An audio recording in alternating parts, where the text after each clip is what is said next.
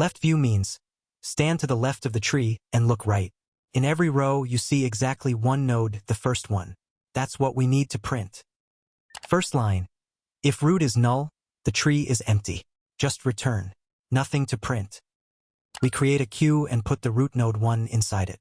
A queue is first in, first out. Think of it as a waiting line for nodes to be processed. We enter the while loop. Queue is not empty, so we read level size. It equals queue.size, which is the number of nodes currently waiting. Right now it's 1. The for loop starts. I is 0. We call queue.poll. It removes and returns the first node. We get node 1. I equals 0. That means this is the first node of the row, the leftmost one. So we print node 1. Now we push the children.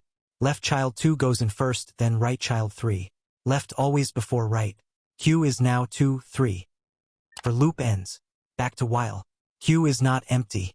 Level size is now 2, because 2 and 3 are waiting. For loop again. I is 0. We poll node 2. I is 0. We print node 2. That's the leftmost of row 2. Push 2's left child 4. Then 2's right child 5. Queue now has 3, 4, 5. I is now 1. We poll node 3 from the queue. I is 1, not 0. So we don't print node 3. It's not the leftmost of this row. But we still push its children.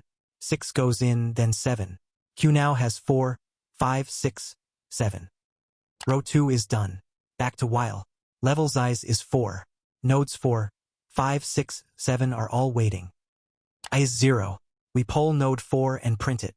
That's the leftmost of row 3. Push 4's only child, node 8. Queue now has 5, 6, 7, 8. Nodes 5, 6, and 7 come out with I equal to 1, 2, 3. None of them are first in the row. None get printed. Row 3 is done. Queue has just node 8. Level size is 1. I is 0. We poll node 8 and print it. Left view is complete. Queue is now empty. The while loop exits. Final output, 1, 2, 4, 8. Time is O of n, every node visited exactly once. Space is O of n for the queue. Like and subscribe for more tree problems.